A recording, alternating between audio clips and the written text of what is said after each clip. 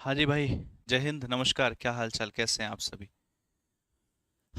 उम्मीद करता हूँ आप सभी ठीक हों। हम हैं या नहीं वो तो ठीक है, वो एक अलग बात है, लेकिन आप सभी स्वस्थ हों ऐसी मैं उम्मीद करता हूँ मेरे प्यारे बच्चों। और क्या कहा जाए, कहानी बहुत ख़राब है। आप सबको पता है कि कल लेट हो रहा है सर? अच्छा भाई, लेट हो रहा है। जहाँ बेटा, अभी आप दूर हैं तो आपको लगता है ये हो रहा है वो हो रहा है। जिस दिन उस भीड़ का हिस्सा बनोगे ना, जहाँ पर एग्ज़ाम सेंटर पर जाओगे और चीज़ें इतनी ज़्यादा वर्स्ट हो जाएंगी, तो माहौल ख़राब हो जाएगा। दो चार लाठियाँ हमें भी पड़ गई कल, है ना? खैर कोई बात नहीं, तुम्हारे लिए लाठियाँ खा सकते हैं इतनी तो हम।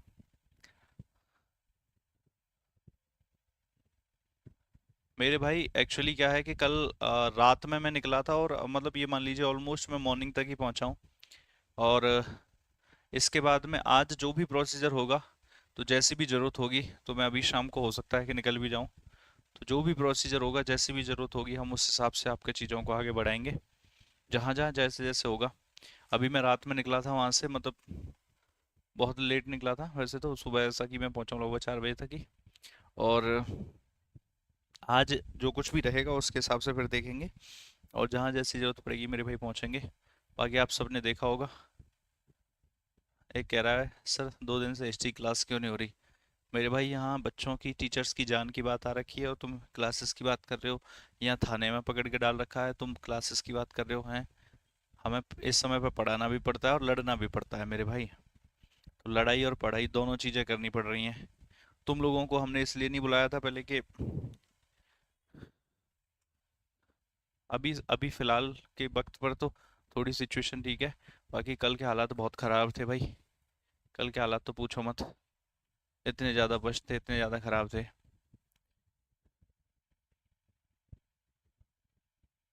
ठीक है। खैर अभी आपकी 2 दिन क्लास नहीं हो पाई है, उस चीज़ के लिए हम फिलहाल अभी जो है क्लास को कंटिन्यू करते हैं। सर अभी भी स्टूडेंट को जंतर मंतर, हाँ अभी रिसेंटली, अभी भी आज भी वहाँ काफ़ी टीचर्स इकट्ठे हो रहे हैं। और कल बहुत गलत तरीके से हुई चीज़ें जो भी रहीं। अभी भी इस समय पर भी जंतर मंतर पर जो है टीचर्स इकट्ठे हो रहे हैं। हालांकि आज नहीं पहुंच पाया हूँ मैं। आज नहीं पहुंच पाया हूँ मैं तो, क्योंकि मॉर्निंग में ही मैं, आपको पता है, थोड़ा दूर पड़ जाता है। नहीं, आज भी लेंगे हिस्ट्री की क्लास, ऐसा नहीं है आज नहीं लेंगे, आज भी लेंगे।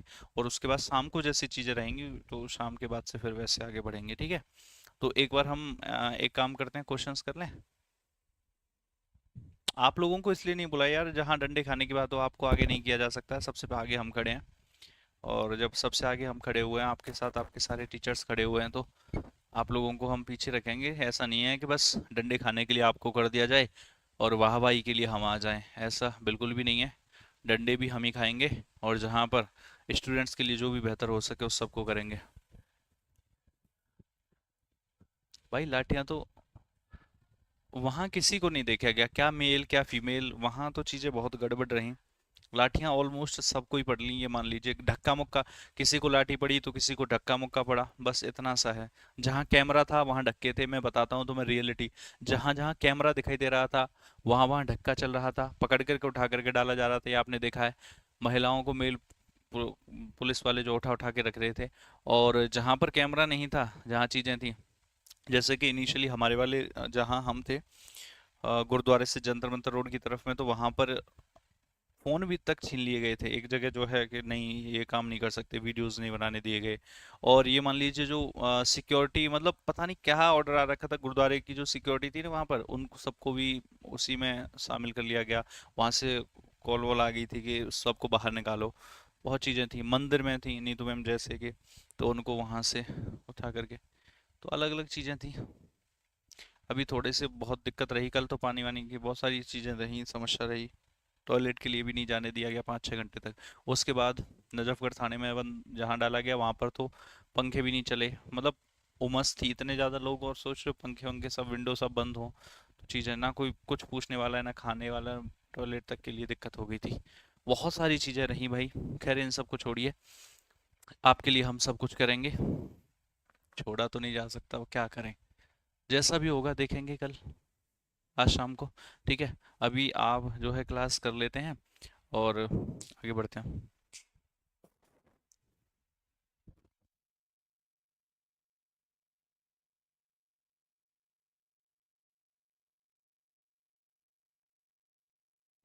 चलिए भाई, ठीक है, आगे बढ़ते हैं और आज हम कुछ क्वेश्चंस कर लेते हैं।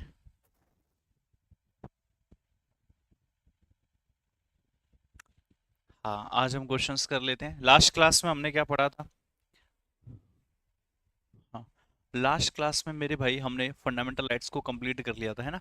तो इसका मतलब हम क्या क्या पढ़ चुके हैं, एक बार बताओगे? एक तो मेकिंग ऑफ कॉन्स्टिट्यूशन, है ना? मेकिंग ऑफ कॉन्स्टिट्यूशन पढ़ चुके हैं। इसके बाद सैलिएंट फीचर्स पढ़ चुके हैं, है ना? इसके बाद वर्किंग ऑफ कॉन्स्टिट्यूएंट असेंबली डब्ल्यूसीए पढ़ चुके हैं। इसके बाद शेड्यूल्स पढ़ चुके हैं, प्रियम्बल पढ़ चुके हैं, प्रियम्बल पढ़ चुके हैं, पार्ट वन पढ़ चुके हैं, यूनियन एंड इट्स टेरिटरी। इसके बाद हम पढ़ चुके हैं सिटीजनशिप, सिटीजनशिप, और उसके बाद हम पढ़ चुके हैं फंडामेंटल राइट्स। मतलब पार्ट नंबर 3 तक हमारा हो चुका है। और जो पार्ट नंबर या पार्ट नंबर 3 तक हमारा जो हो चुका है मेरे भाई, तो इसको हम अब आगे बढ़ाते हैं। और जैसे ही आगे बढ़ाएंगे तो अब हम पढ़ेंगे, आज हम क्वेश्चंस करते हैं, ठीक है, एमसीक्यूज करते हैं। और एमसीक्यूज मैंने मिक्स रखे हैं, कुछ नए क्वेश्चंस लिए हैं, मतलब जो रिसेंटली एग्जाम्स में हुए हैं, है ना? जो 2024 जैसे 25 में हुए थे उन क्वेश्चंस को भी लिया है। और कुछ क्वेश्चंस मैंने पुराने भी रखे हैं, 2015 के भी क्वेश्चंस रखे हैं, 2008 के, 2010 के क्वेश्चंस भी रखे हैं, है ना? अलग अलग एग्जाम्स के क्वेश्चंस रखे हैं, तो वो आपको देखने को मिलेंगे। जैसे कि अगर मैं खोलता हूं तो सबसे पहला क्वेश्चन आप सभी के सामने ये रहा। और ये क्वेश्चन पता है कब आया था? ये क्वेश्चन आया था जैसे कि सीडीएस 2008 में। कब आया था? ये सीडीएस 2008 का क्वेश्चन है, ठीक है। ये देखिए, ये क्वेश्चन जो है सीडीएस 2009 का क्वेश्चन है। समझ रहे हो आप? तो मैंने अलग अलग क्वेश्चंस को यहाँ पर रखने की जो है कोशिश की है। एक बच्चा कह रहा है आर्टिकल 33 नहीं हुआ है सर। मेरे भाई, मेरे बच्चे, अगर तू क्लास को खोल करके देखेगा तो सबसे पहले आर्टिकल 32 ही हुआ है। फंडामेंटल राइट्स की सेकंड क्लास खोल, उसमें आपको दिख जाएगा आर्टिकल 33। तो ये पागलों वाली बातें मत किया करो। एक तो हम वैसे ही परेशान हैं, सबसे ज्यादा तुम लोगों से परेशान हैं, क्योंकि ना तुमने पढ़ना होता है।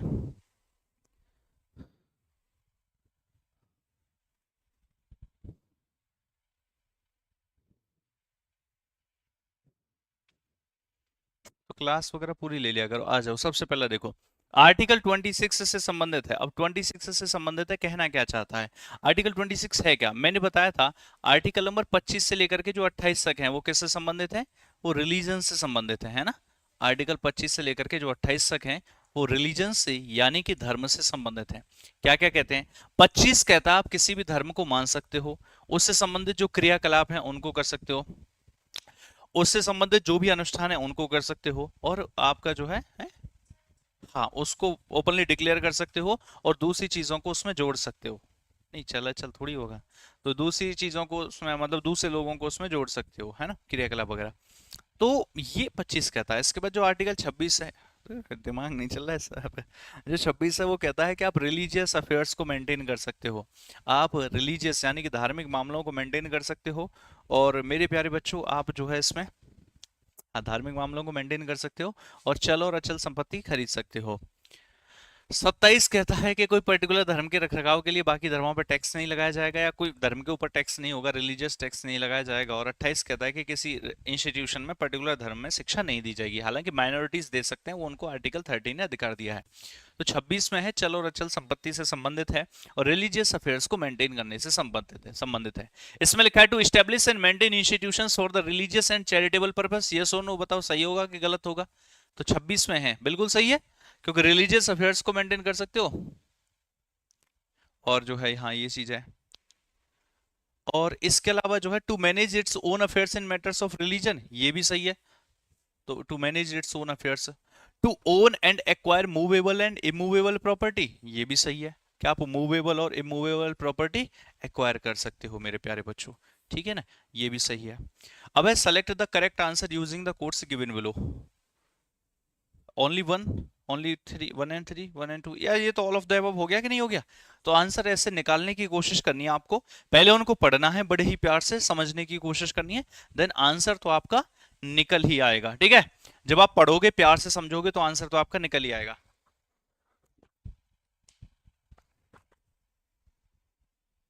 आ जाइए मेरे भाई। अगला, कंसीडर द फॉलोइंग स्टेटमेंट्स, निम्नलिखित कथनों पर विचार कीजिए। वो कथन क्या है? आर्टिकल 46। अब सर आर्टिकल 46 तो हमने पढ़ा नहीं है, कोई बात नहीं है, कोशिश करते हैं पढ़ने की। Article 46 of the constitution of India provides for the free legal aid to schedule caste and schedule tribes. आहा, आर्टिकल जो 46 है वो फ्री लीगल एड की बात करता है। अब यहां पर हो सकता है आपने ये वाला स्टेटमेंट नहीं पढ़ा है, अभी हम डीपीएसपी जस्ट पढ़ने ही वाले हैं, तो मैं बता देता हूं इसको कि 46 एजुकेशन से संबंधित है। फ्री लीगल एड तो आर्टिकल 39A में आएंगे, ठीक है, आर्टिकल 39A है वो कहेगा फ्री लीगल एड की बात, तो ये वाला स्टेटमेंट गलत हो जाएगा, ये अभी हम डीपीएसपी में देखने वाले हैं। दूसरा है, article 14 of the constitution of India provides equality before law and equal protection of law. तो 14वां क्या कहता है? कानून के समक्ष समता और कानून का समान संरक्षण। इसका मतलब ये वाला स्टेटमेंट सही है। देख रहे हो, ये भी क्वेश्चन है, सीडीएस का ही है, प्रीवियस ईयर क्वेश्चन, और इसका स्टेटमेंट कौन सा सही हो जाएगा? बी। अगर आपने यहाँ पर डीपीएसपी भी पढ़ा, मैं तो ये मान करके चलता हूँ कि आपने नहीं पढ़ा है ना, मैं ये मान करके चलता हूँ, और अगर आपने पढ़ा भी है तो फिर तो कोई दिक्कत ही नहीं है, मैं तो आपको पढ़ाने वाला हूँ आर्टिकल 46, तो जैसे हम डीपीएसपी पढ़ेंगे ये भी आपको याद हो जाएगा। बाकी फंडामेंटल राइट्स अब तक जो भी पढ़े, जितने भी आर्टिकल्स पढ़े, कोई गलत नहीं जाना चाहिए। मैं आपको आसान questions, moderate questions, tough questions सारे ही करवाऊंगा, ठीक है। तो आंसर हो गया इसका बी। भाई फिलहाल हम थोड़ा सा क्वेश्चंस कर लेते हैं। आपके जितने भी अगर कोई डाउट्स होंगे तो उनको कृपया करके, जो भी है जिस भी अपडेट से संबंधित है, तो फिर हम इस क्लास के जस्ट एंड में बात करेंगे, ठीक है। तो शुरुआत में और एंड में, क्योंकि बीच में फिर डिस्टरबेंस ना हो। आ जाओ, which one of the following rights conferred by the constitution of India is also available to non citizens. आपसे ये कह रहा है कि निम्नलिखित में से कौन सा ऐसा अधिकार है जो इंडियंस के साथ साथ फॉरेनर्स को भी मिलता है, मतलब नॉन सिटीजन्स को भी मिलता है। ऐसा कौन सा फंडामेंटल राइट्स है, फंडामेंटल राइट है जो इंडियंस को भी मिलता है और नॉन इंडियंस को भी मिलता है, मतलब फॉरेनर्स को भी मिलता है। भैया हमने कितने आर्टिकल देखे थे ऐसे? 5, 15, 16, 19, 29 और 30, जिसमें 15 कहता है कुछ आधारों पर भेदभाव नहीं किया जाएगा, न सरकार के द्वारा और न ही किसी पर्सन के द्वारा। 16 कहता है सरकारी नौकरियों में समान अवसर मिलेगा। 19 में 6 बेसिक राइट्स हैं। 19 में क्या है? 6 बेसिक राइट्स हैं, जैसे कि बोलने का, विचारों को व्यक्त करने का अधिकार है ना। हालांकि अब तुम्हें लगता है ये भारत में है, ये मिलता है बोलने का एवं विचारों को व्यक्त करने का अधिकार? बिल्कुल भी नहीं है। तो सब छीन रखा है भारत में, तो मतलब ही नहीं है बोलने का, विचारों को अपने घर तक हो तब तक ठीक है, आप नहीं बोल सकते हो। स्पेशली सरकार के खिलाफ बोल करके देखो, बोलती बंद कर दी जाएगी। चीजें बहुत खराब है भारत में इस समय पे।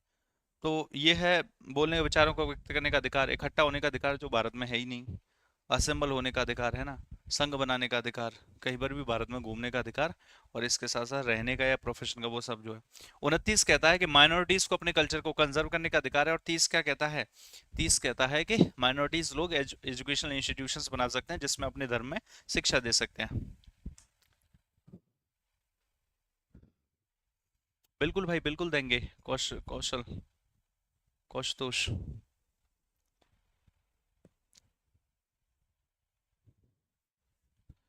तो इसमें से बताओ, freedom of speech, assembly and form association, ये तो 19 के अंदर आएगा, ये तो हो नहीं सकता। इसने कहा नॉन इंडियंस, मतलब इनमें से ना हो, तो ये तो 19 के अंदर आएगा, ये तो हो नहीं सकता। राइट टू मूव रेजिडेंस, अब ये भी 19 के अंदर आएगा। फ्रीडम टू एक्वायर प्रॉपर्टी और to carry any occupation, trade और बिजनेस, ऑक्यूपेशन, ट्रेड और बिजनेस।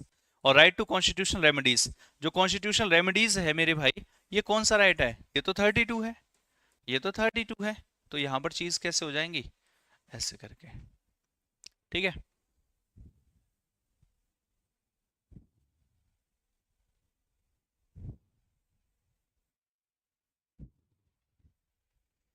अब देखो, एक्वायर प्रॉपर्टी वाला जो है ना, ये प्रॉपर्टी, इसको तो आर्टिकल ये उठा करके डाल दिया गया था। पहले ये किस में था? ये था आर्टिकल 31 में, लेकिन यहां से उठा करके कहाँ डाल दिया गया? 300A में। Now it's a legal right, और ये सबके लिए होगा। लेकिन इसने क्या किया? राइट टू प्रॉपर्टी और टू कैरी एनी ऑक्यूपेशन। अब ऑक्यूपेशन और बिजनेस ये कौन सा हो जाएगा? ये आर्टिकल 19 का 6 हो जाएगा, है ना। ये तो आर्टिकल 19 का 6 हो जाएगा, तो फिर कैसे होगा? ये 19 के सारे दे दिए हैं, तो ये नहीं है। How many fundamental rights were present in the constitution at the time of implementation. अब देखिए, आपसे दो चीज पूछता है। इसने कहा at the time of implementation. Implementation का मतलब क्या है? जब 1950 में संविधान लागू हुआ था तब कितने फंडामेंटल राइट्स थे? तो मैंने आपको बताया कितने फंडामेंटल राइट्स थे, 7। इनमें से एक गायब हो गया बीच में, किससे? 44 में संविधान संशोधन, कॉन्स्टिट्यूशनल अमेंडमेंट एक्ट से। कॉन्स्टिट्यूशनल अमेंडमेंट एक्ट से कब? 1978 में मेरे प्यारे बच्चों। और ये कितने बचे? ये बचे 6। ये बचे 6। तो ये है कहानी यहां पर। तो एट प्रेजेंट पूछेगा तो कितने कहोगे? और जब कुछ नहीं कहेगा, ना प्रेजेंट कहेगा ना लागू के समय, सीधा सीधा पूछेगा कि भारत में लोगों के द्वारा कितने फंडामेंटल राइट्स को एंजॉय किया जाता है, तो फिर कितना कहोगे? 7 या 6? 6। क्योंकि भाई वो कह रहा है कि कितने को एंजॉय किया जाता है, तो जो प्रेजेंट में होगा वही तो कहोगे। जैसे कहेगा भारत की पॉपुलेशन कौन से नंबर पे है, तो तुम क्या 1990 की बताओगे हैं, या 1910 की बताओगे? नहीं। या 1981 की बताओगे, 1881 की, जब पहली बार जो है कंप्लीट सेंसस हुआ था? तो नहीं।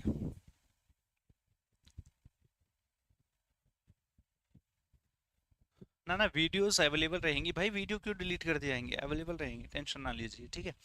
तो ये है कहानी। तो एट, इसने कहा at the time of implementation कितना कहोगे? 7। और ये जो चेंज किया गया, ये कहां से कहां पर डाला गया?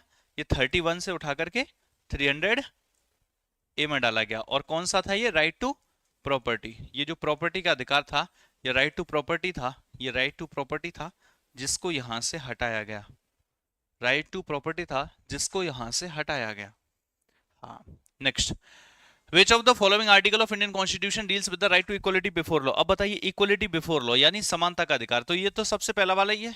14 से 18 राइट टू इक्वलिटी है, और इसी में इक्वलिटी बिफोर लॉ, कानून के समक्ष समता, कानून सबके लिए समान होगा, वो सबको समान तरीके से ट्रीट करेगा। ये किसमें है? आर्टिकल नंबर 14 में।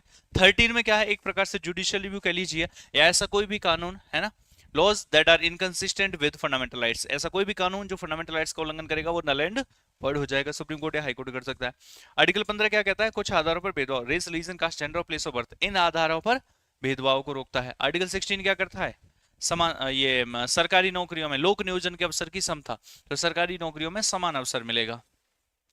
नेक्स्ट देखिए मेरे भाई, अगला क्या कह रहा है कि विच article of the Indian constitution अबॉलिशेस untouchability. निम्न में से ऐसा कौन सा आर्टिकल है जो अनटचेबिलिटी को अबॉलिश करता है? तो ये कौन सा आर्टिकल है मेरे प्यारे बच्चों?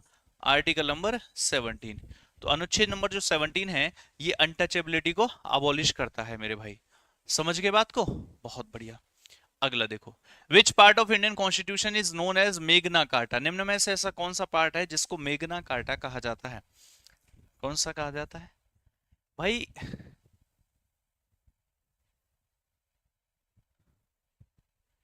किसे कहा जाता है? ये कहा जाता है मेरे भाई पार्ट 3 को, जिसमें फंडामेंटल राइट्स हैं। क्योंकि मेग्ना कार्टा वो लिखित डॉक्यूमेंट था जो इंग्लैंड के किंग के द्वारा 1215 में सबसे पहले पेश किया गया था, जहां राइट्स की बात की गई थी। तो अब जो फंडामेंटल राइट्स हैं उनको मेग्ना कार्टा कहा जाता है, राइट्स से कंपेयर किया जाता है। नेक्स्ट देखेंगे मेरे भाई, अगला है डेफिनेशन ऑफ स्टेट। सबसे पहला आर्टिकल फंडामेंटल राइट्स का, सबसे पहला आर्टिकल ही कौन सा है? 13वां, जिसमें डेफिनेशन ऑफ स्टेट है। 14वें में क्या है? कोई कानून जो फंडामेंटल राइट्स का उल्लंघन करेगा वो नल एंड वॉइड हो जाएगा।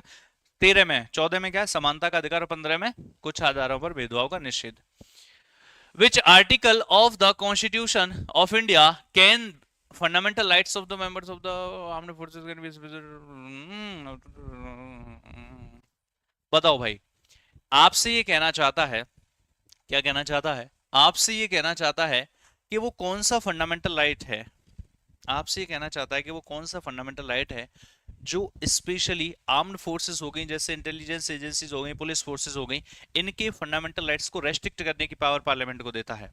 इनके फंडामेंटल राइट्स को रेस्ट्रिक्ट करने की पावर पार्लियामेंट को देता है। तो ये कौन सा है? 33। 34 में क्या है? Martial law. आप कह रहे थे ना 33 नहीं हुआ, ये कराया था नहीं?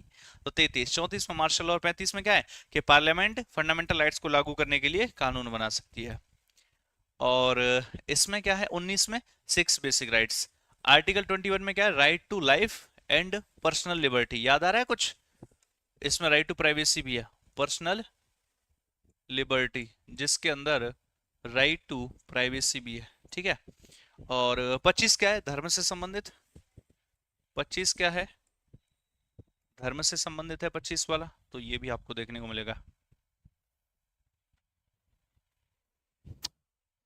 नेक्स्ट अगला, देखो इसने फिर वर्ड दे दिया ना, मैं आपसे यही दिखाना चाहता था। और ऐसे क्वेश्चंस भाई हर एग्जाम में पूछे जाते हैं, चाहे वो एसएससी के एग्जाम्स हो, चाहे वो डिफेंस के एग्जाम्स हो, क्योंकि हर क्वेश्चन टफ नहीं होता और हर क्वेश्चन आसान नहीं होता। हर तरीके के, हर लेवल के क्वेश्चन हमें करने हैं। तो ये सारे प्रीवियस ईयर्स हैं अलग अलग अलग एग्जाम्स के। तो in present time how many fundamental rights are present in Indian constitution, कितने हैं प्रेजेंट टाइम में पूछ रहा है, तो प्रेजेंट टाइम में तो 6 ही फंडामेंटल राइट्स हैं। अगला है मेरे भाई कि fundamental rights are present in which part of Indian constitution, part 3। Part 4 में क्या है, डीपीएसपी। इसमें क्या है, नागरिकता यानी कि सिटीजनशिप, नागरिकता यानी कि सिटीजनशिप। और फर्स्ट में क्या है, union and its its territory, union and its territory, यह है आपका फर्स्ट में। अगला, who is known as guarantor of fundamental rights, निम्न में से किसको फंडामेंटल राइट्स का गारंटर कहा जाता है, निम्न में से किसको फंडामेंटल राइट्स का गारंटर कहा जाता है, तो that is supreme court. Option number कौन सा हो गया, बॉय, सुप्रीम कोर्ट को फंडामेंटल राइट्स का गारंटर कहा जाता है। नेक्स्ट देखेंगे, इक्वलिटी ऑफ एम्प्लॉयमेंट इन, लोक नियोजन के अवसर की समता, equality of employment, equality of employment किस में है, वो है आपका आर्टिकल नंबर 16 में, आर्टिकल नंबर 16 में। मेरे प्यारे बच्चों अगला है कि विच of the following articles of the constitution of India protects a person from double jeopardy, निम्न में से कौन सा आर्टिकल है जो डबल जियोपार्डी से रोकता है, दोहरी सजा से। ये तो 20 वाला ही है, क्या थे 20 वाले में, 3 क्लॉज से, नो ये no ex post facto law, कोई भी क्रिमिनल कानून बैकडेट में लागू नहीं हो सकता। दूसरा क्या था, नो डबल जियोपार्डी, दोहरी सजा नहीं होगी। और तीसरा क्या था, नो सेल्फ इनक्रिमिनेशन, यानी स्व अभिशंसन नहीं, खुद के खिलाफ गवाही देने के लिए आपको मजबूर नहीं किया जा सकता। नेक्स्ट आर्टिकल 22 है अरेस्ट एंड डिटेंशन के खिलाफ, जैसे कि आपको बिना वारंट के अरेस्ट नहीं किया जा सकता, लेकिन आजकल ये चीजें क्या कहूं, बाद में बात करूंगा अभी क्लास के एंड में। 22 वाला हो गया, अरेस्ट एंड डिटेंशन के खिलाफ वारंट चाहिए, 24 घंटे से ज्यादा लॉकअप में नहीं रख सकते, और आपको वकील से बात करने का अधिकार है। 23 वाला जो कह रहा है ये क्या है, हैं 23 वाला क्या कह रहा है, 23 वाला कह रहा है मेरे भाई बैन करता है ह्यूमन ट्रैफिकिंग को, मानव तस्करी को बैन करता है। 23 वाला ह्यूमन ट्रैफिकिंग यानी मानव तस्करी को बैन करता है। Which article of the Constitution of India protects a person's right to marry a person of your ये देखो मैंने कहा था ना कि प्रीवियस ईयर में आया हुआ क्वेश्चन है, मैंने आपसे कहा था कि ये क्वेश्चन प्रीवियस ईयर में आया हुआ है। और ये क्वेश्चन जो प्रीवियस ईयर में आया हुआ है ये आपसे कह रहा है कि अपने मनपसंद व्यक्ति से शादी करने का अधिकार कौन से आर्टिकल में आएगा, 21 में। 19 में 6 बेसिक राइट्स हैं, 21 में जो राइट टू लाइफ है उसी राइट टू लाइफ के अंडर ये आता है। आर्टिकल 25 से कहता है किसी भी धर्म को मान सकते हो, और 29 क्या कहता है, 29 कहता है कि माइनॉरिटीज को यानी कि अल्पसंख्यकों को, ये क्या कहता है कि जो माइनॉरिटीज हैं, माइनॉरिटीज यानी कि अल्पसंख्यक, उन अल्पसंख्यकों को अपने कल्चर को कंजर्व करने का अधिकार है, अपने कल्चर के संरक्षण, कंजर्व करने का, संस्कृति को संरक्षण का, संरक्षण का अधिकार है। तो अपने कल्चर को कंजर्व करने का अधिकार है यानी संरक्षण का अधिकार है।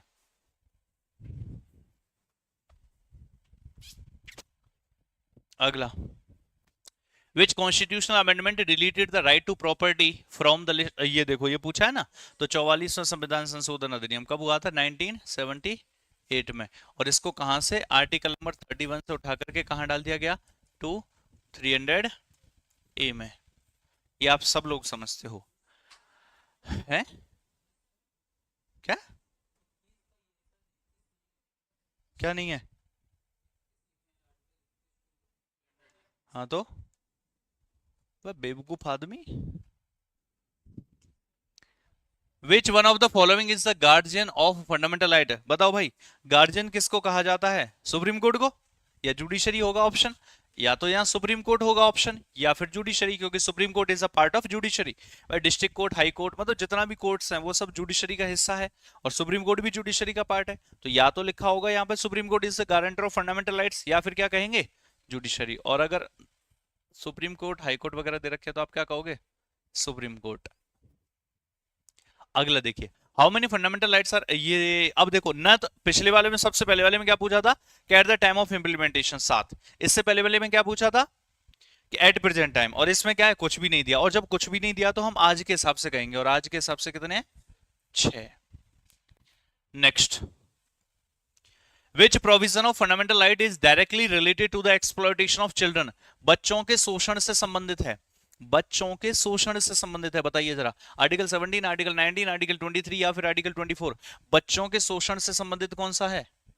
बच्चों के शोषण से, ये तो चाइल्ड लेबर हो गया ना, एक्सप्लॉयटेशन ऑफ चिल्ड्रन।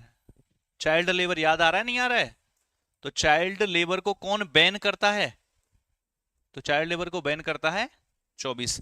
आप जो 23 सोच रहे होंगे, 23 में क्या है भैया? 23 वाला जो है वो बैन करता है मानव तस्करी को, ह्यूमन ट्रैफिकिंग, ह्यूमन ट्रैफिकिंग, मानव तस्करी। ह्यूमन ट्रैफिकिंग का मतलब क्या होता है? ह्यूमन ट्रैफिकिंग का मतलब होता है मानव तस्करी को बैन करता है मेरे प्यारे बच्चों। ठीक है, समझ रहे हो आप? बहुत बढ़िया। अगला देखो, Who among the following was the president of Constituent Assembly when Assembly works as Parliament? आपसे कह रहा है कि निम्न में से कौन असेंबली का प्रेसिडेंट था जब असेंबली एज अ पार्लियामेंट काम कर रही थी, जब असेंबली एज अ पार्लियामेंट काम कर रही थी? तो ये तो गणेश वासुदेव मावलंकर। जब जब संविधान सभा कानून बनाने का काम करती थी, क्या कहा? जब जब संविधान सभा कानून बनाने का काम करती थी, उस समय पर असेंबली के प्रेसिडेंट कौन होते थे? Ganesh Vasudev Mavalankar.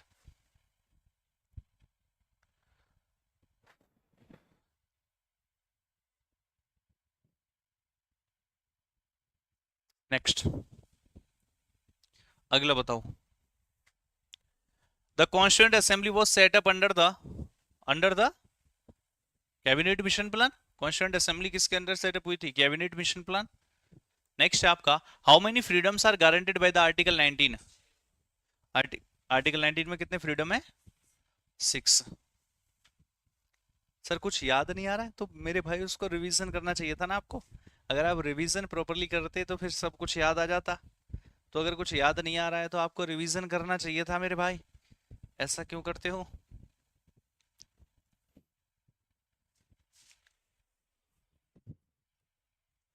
By which amendment act right to education was added as a fundamental right in the Indian Constitution? तो राइट टू एजुकेशन को तो 86, जो राइट टू एजुकेशन है इसको कहां पर जोड़ा गया था? आर्टिकल नंबर 21A में, बाय 86 कॉन्स्टिट्यूशनल अमेंडमेंट एक्ट 2002।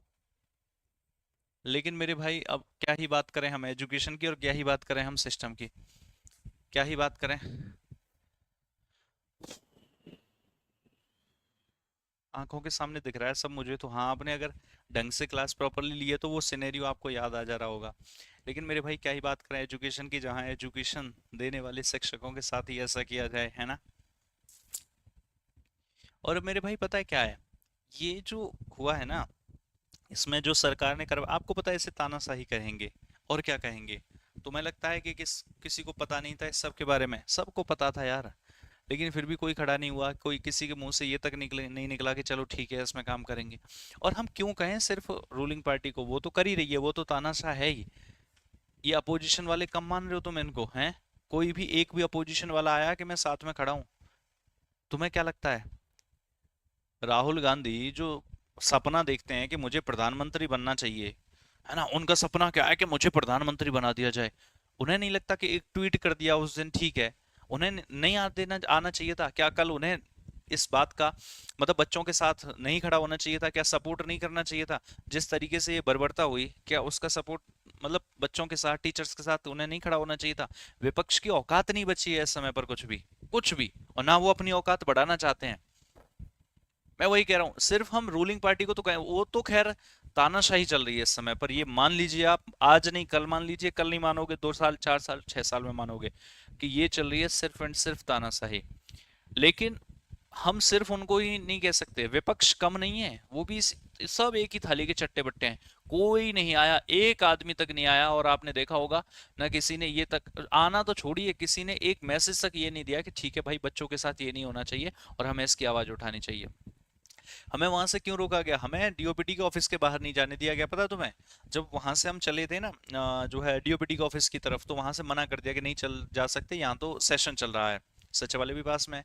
और जब सेशन, तो हमने कहा हम सेशन से क्या कह रहे हैं, कोई हम आतंकवादी थोड़ी ना है जो यहाँ पर सेशन को खराब कर रहे हैं। तो भाई जाने ही नहीं दिया गया, सेशन चला। हमने कहा हम पार्क में बैठेंगे, अपनी बातें रखेंगे। हम में से किसी के नहीं नहीं धारा 144 लग गई। अबे धारा 144 किस बात के लिए लग गई है? मतलब क्या हुआ है ऐसा जो धारा 144 लगी है? और चलो मान लो लग भी गई है, दो आदमियों से मिलवा दो तुम कि नहीं इतने लोग नहीं जा सकते। अबे किस मतलब क्यों नहीं जा सकते, कितने लोग नहीं जा सकते हैं? तो वही बात है। और इनके जवाब पता है, दिल्ली पुलिस के जवाब पता है, जब ये लाठीचार्ज हुआ उससे पहले के जवाब बोल रहे हैं कि मतलब तुम्हें मैं क्या ही बोलूं। यहाँ पर बोल रहे हैं कि तुम मर्द नहीं हो, टीचर से बोला जा रहा था कि तुम मर्द नहीं हो। तो हाँ, अभिनय सर को। अब बताओ ये इतने बड़े टीचर जहां पर, अबे भाई जो तुम जॉब कर रहे हो पता नहीं कितने ऐसे स्टूडेंट्स होंगे। ये मान लीजिए बस वो भारत में अलग अलग जगह थे, अगर कल वो स्टूडेंट्स वहां होते ना सारी वर्दी, फिर ठीक है। देखो मुझे लगता है ये जो हमारा शिक्षक परिवार है ना, ये गलत नहीं करता किसी के साथ में। और देखिए कल इतनी बर्बरता हुई, लेकिन फिर भी कोई ऐसा सुना आपने कि टीचर्स ने यहाँ पर ऐसा कर दिया या गिट्टियां फेंक दी या किसी के थप्पड़ मार, मतलब सोचिए क्या क्या हुआ फिर भी। क्योंकि यार ये शिक्षक हैं, ये देश का भविष्य बनाना जानते हैं।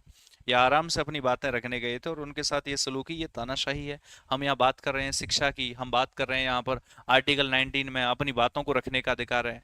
भाई घर बैठ करके किसी ने कुछ कह लिया तो कह लिया, बाहर निकलते ही तुम सरकार के खिलाफ नहीं बोल सकते, नहीं बोल सकते, नहीं बोल सकते। क्यों बोलने नहीं दिया जाएगा? दबा दिया जाएगा उस चीज को। वरना तो हम जा रहे थे शांति से बैठते, हम अपनी बातें कहते, है ना? हम वहां कोई हंगामा थोड़ी कर रहे थे, है ना? हंगामा नहीं करने गए थे, शांति से बैठने गए थे। और उस तरीके से फिर ये काम किया गया, बस के खत्म हो जाए, किसी को दूर तक ये आवाज ना चली जाए। एक्चुअली उन्होंने सोचा नहीं था कि ये टीचर्स इस तरीके से, उन्हें ऐसा लगा था कि जैसे जहां 200 100 200 लोग इकट्ठे होते हैं वहां लाठी चार्ज करो, सबके सब भाग जाएंगे। उन्हें कहाँ पता था कि यार ये शिक्षक हैं, ये अपने बच्चों के लिए कुछ भी करने करते चले जाएंगे, है ना? तो ये कुछ भी करने को तैयार हो जाएंगे, ये पीछे हटने वाले नहीं है। और उन्हें क्या लगता है कि अब इस चीज से लड़ाई शांत हो गई? नहीं, अब तो शुरुआत है मेरे भाई। अब पीछे हटने से कोई फायदा नहीं है। दिखाओ इस वीडियो को अपने माता पिता को, आप पढ़ने वाले स्टूडेंट्स को दिखाओ अपने माता पिता को। ये तानाशाही सहन करने लायक नहीं है। जब तक भाई बात टैक्स की आ रही थी, कॉर्पोरेट वर्ल्ड की आ रही थी, चीजें अलग लेवल पे चल रही थी। अब सोचिए, अब तो मतलब अपनी बात कहने पर भी दिक्कत हो चुकी है। पैसा कहाँ जा रहा है कोई जवाब नहीं, कहाँ कौन सा फंड गया कोई जवाब नहीं, कोरोना के समय इतना पैसा इकट्ठा हुआ कोई जवाब नहीं। बस इनके ऐशो आराम पूरे होने चाहिए। बीजेपी के मिनिस्टर्स क्या क्या हरकत करते पाए जाते हैं ये तुम सबको पता है।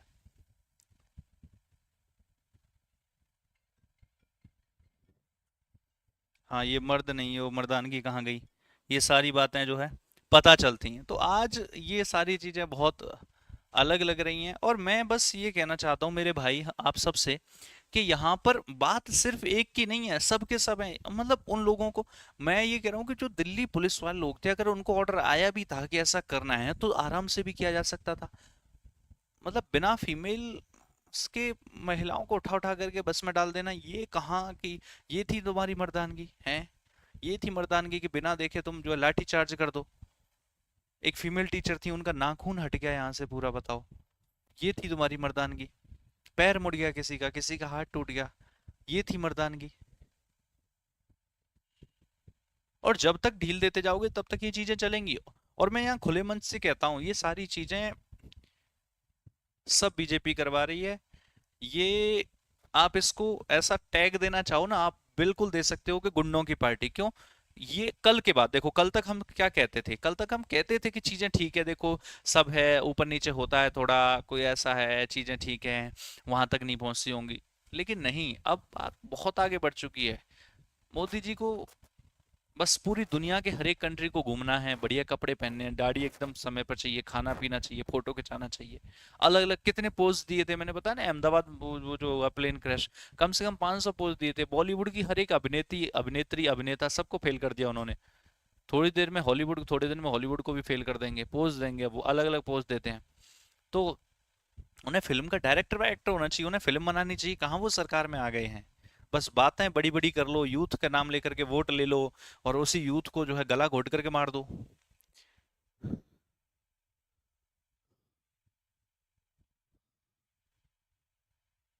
सब पैसा खाने के लिए काम किया जाता है।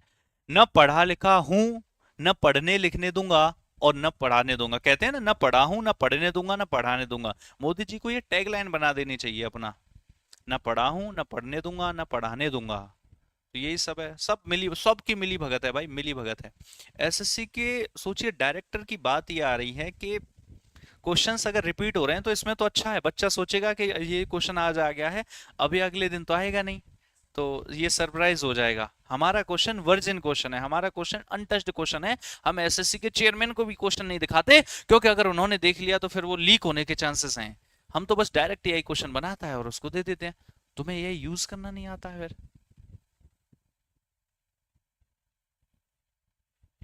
तो ये सब गद्दार हैं, सब गद्दार हैं एक तरफ से। और जब कोई टीचर फिर और जब कोई टीचर राजनीति की तरफ आता है तो उससे कहते हैं कि टीचर मतलब मास्टरी कर ले, टीचरगिरी कर ले, राजनीति से दूर रहे। तो ये बहुत गलत है मेरे भाई। और ऐसा अगर चलता रहा तो बदलाव बहुत जरूरी है। मैं कभी किसी सरकार वरकार के खिलाफ नहीं, जिसने बढ़िया किया है वो बढ़िया कहो, जिसने बुरा किया है वो बुरा कहो। लेकिन इस समय तानाशाही आ चुकी है। मुझे वो वीडियोस याद आते हैं जो इलेक्शन के समय पर चल रहे थे कि तानाशाही है, तानाशाही है। और हम कहते थे कि नहीं भाई, ऐसे तानाशाही कह देना तो गलत है। बट वो रियलिटी है। वो गलत समय पर कही गई बस, कि इलेक्शन के समय पे तो ऐसा लगा कि वही इलेक्शन के लिए ये हो रहा है, वो हो रहा है, तानाशाही। लेकिन ये सच में तानाशाही है। इस समय सबको बर्बाद करके रख देंगे, रेलवे को बेच के रख देंगे ये लोग, नौकरियां नहीं निकालेंगे, सारा पैसा खा जाएंगे। करप्शन, ये मान लेना, जिस समय पर बीजेपी के बंडे फूटेंगे ना, करप्शन सबसे ज्यादा यही मिलेगा, सबसे ज्यादा यही मिलेगा। सब के सब गद्दार हैं एक तरफ से। कर दो मेरे ऊपर तो मुझे क्या है, हम तो जेल जाने को भी तैयार हैं बच्चों के लिए। कहेंगे हम तो, ओपन मंच पे कहेंगे हम तो। लगा दो जितने। अरविंद केजरीवाल, अरे भाई क्या बात कर रहे हो यार तुम अरविंद केजरीवाल की। उस आदमी को बस, उसको भी सेल्फी चाहिए होती है, उसको भी लाइमलाइट में आना होता है, ऑड इवन करना होता है। आज बच्चों के साथ क्यों नहीं खड़ा हो गया कोई नेता आकर के। तो ये सब बेकार की बातें हैं। हम बात करते हैं आर्टिकल 19 की, हमारे पास अधिकार है ना। हम बात करते हैं आर्टिकल 21 की, हमारे पास अधिकार है। कोई अधिकार नहीं, सारे अधिकारों का शोषण हो रहा है। और अरे सब है, सब मिली भगत है। ये एक दिन ये जुडिशरी को भी खत्म कर देंगे इस तरीके से चीजें रही तो। एक दिन ये जुडिशरी को भी खत्म कर देंगे चीजें अगर इस तरीके से रही तो। मैं बता रहा हूँ आपको। तो दिखाना अपने पेरेंट्स को क्या ये बर्बरता हुई है, और जो कि क्या है, किस तरीके से डिसीजन हम अपने लीडर को चुनते हुए लेते हैं, और आज ये हमारे सर पर चढ़ करके तांडव करते हैं। सब के सब एक तरफ से भाई। और मुझे लगे भाई, हम जो दिल्ली पुलिस की बात करेंगे, दिल्ली पुलिस के जितने भी लोग थे, क्या उनके बच्चे नहीं है, क्या उनके बेटियां नहीं है? अगर वो तैयारी कर रही होती और वो यहाँ प्रोटेस्ट करने के लिए आती, तब भी ऐसा ही करते वो लोग। और वो उनके बच्चे किससे पढ़ते हैं? भारत का हर एक टीचर, हर एक कोचिंग सेंटर, मतलब समझ रहे हो, इसमें शामिल था। और जब तुम उनके साथ ऐसा कर रहे हो तो तुम अपने बच्चों को किससे पढ़वाओगे? बहुत चीजें खराब थी। सुप्रीम कोर्ट, अरे भाई वहां भी चीजें आप बस रहने दो, मेरे से मत बुलवाओ। ये सर, मैंने कहा ना, तानाशाही करके अगर तुम डेवलपमेंट करना चाहते हो तो कोई फायदा नहीं है। इससे फिर ये भारत दुनिया की सबसे बड़ी डेमोक्रेसी है, ये शब्द आज सिर्फ सुनने के लिए रह गया है, आज सिर्फ किताबों तक रह गया है। आज ये प्रैक्टिकलिटी यहाँ पर कुछ भी नहीं है।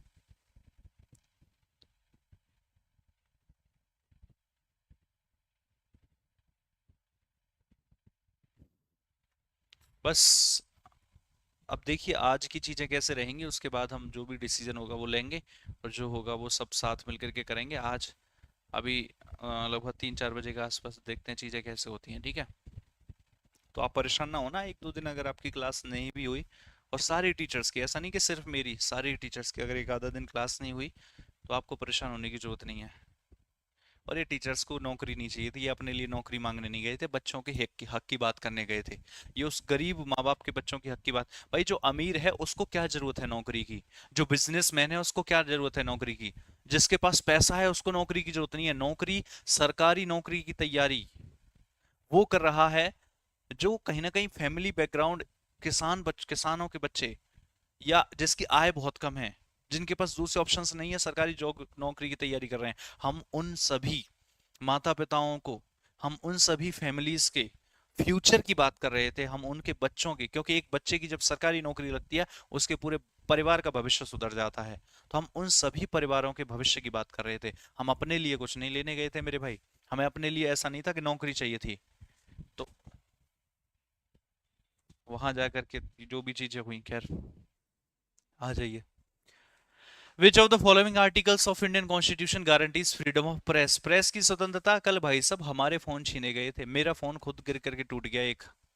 तो हमारा तो फोन, हमें वीडियो बस वगैरह कुछ नहीं बनाने दिया गया। एक्चुअल में क्या है, जो लोग जंतर मंतर की तरफ पहले निकल गए थे वो तो वहां जाकर के बना ली, या फिर वहां क्या है, ज्यादा भीड़ थी, और ज्यादा थी तो फिर उनको वो रोक नहीं पाए, है ना। फिर वहां पे मीडिया आ गया था, लेकिन हमारे तो फोन ही ले लिए गए भाई, हमें कोई वीडियोस वगैरह नहीं बनाने दी गई। जैसे ही वो शुरुआत हुई थी, जैसे दो दो तीन टीचर्स ने जैसी शुरुआत करी थी ना, उसी के बाद तुरंत ही मतलब हालत खराब। ये हालांकि आर्टिकल 19 बताओ, right to speech and expression में आता है, freedom of press. Which article of the constitution deals with the martial law? Martial law article 34 deal करता है। और writ issued to determine the release of someone found to be illegally detained, कौन सी होती है? हैबियस कॉर्पस होती है, illegally detain किया जाए, या आर्टिकल 22 का वायोलेशन किया जाए? सर आपको भी पड़ी भाई, सबको पड़ी, हमें क्या कोई अलग थोड़ी ना, सबको पड़ी, सब में शामिल हम भी, सबको पड़ी भाई।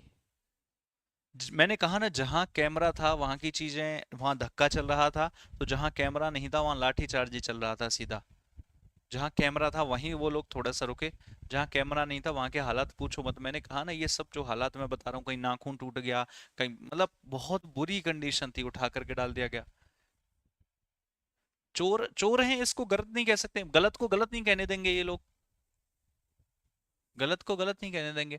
विच of the following has the power to make related laws fundamental right से संबंधित? पार्लियामेंट बना सकती है।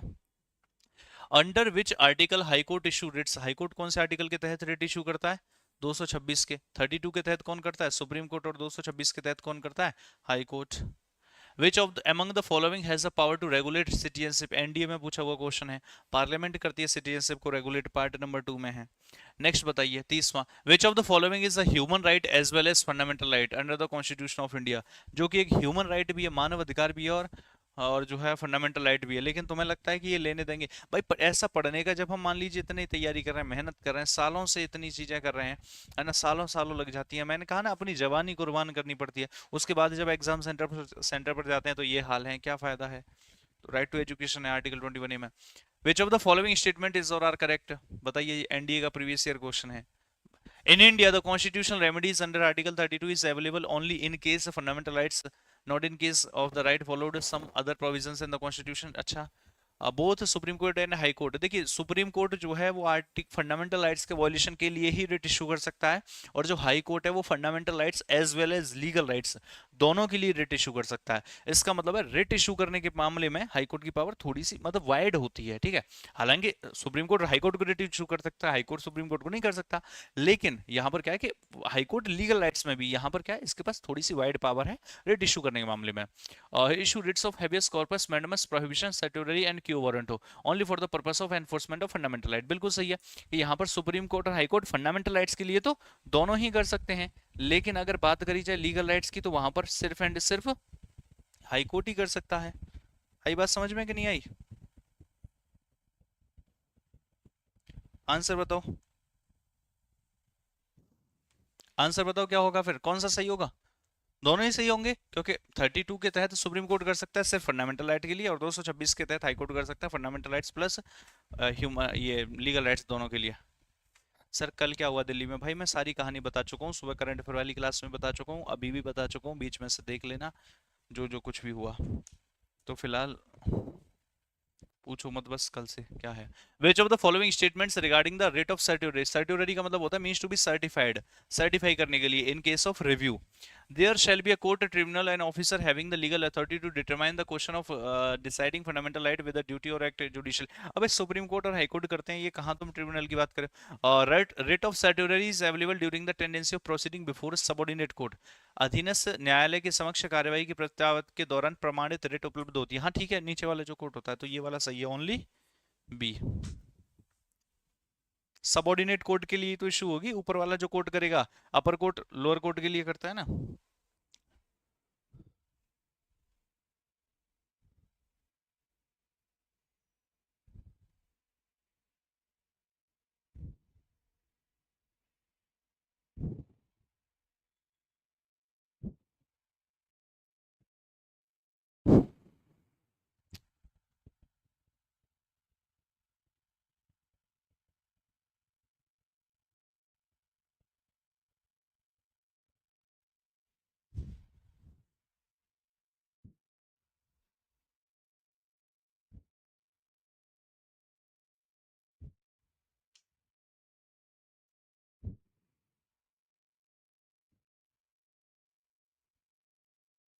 ठीक है भाई, तो ये थी कहानी आज की।